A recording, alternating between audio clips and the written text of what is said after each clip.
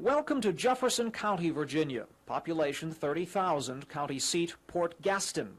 If all this looks and sounds just a little unfamiliar, you're not in the twilight zone, but the Nevada desert. Like the legendary Brigadoon, Jefferson County rose out of the desert for just a week this spring in order to have a nuclear accident. It is 9 a.m. on May 5th. The Navy CH-46 helicopter is making its way from the Navy weapons station with 3 nuclear bombs. Seconds later, it crashes into a playground. There is no nuclear blast, but one high explosive trigger does go off. 12 people die.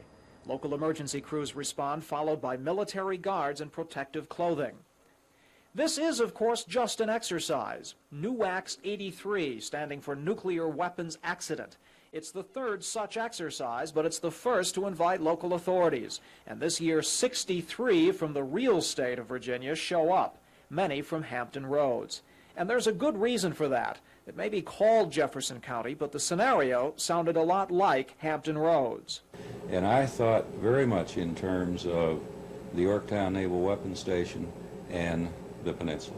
The helicopter's likely destination was the Norfolk Naval Base.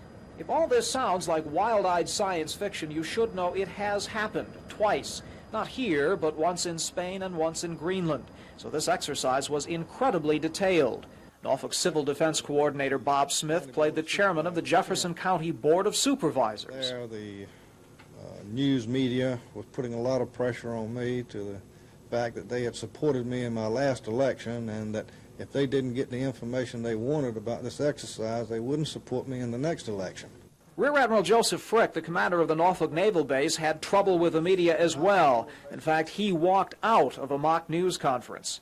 And there were some real problems, too. Low-level radioactive material was sprayed around the crash site to simulate leakage from the ruptured bombs. But the wind shifted and blew it into the Emergency Operations Center.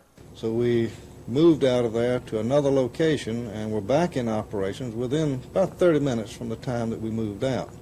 For Smith, a good exercise, proving it could be done, even if it was unintended. Get back into operation. The state was very helpful.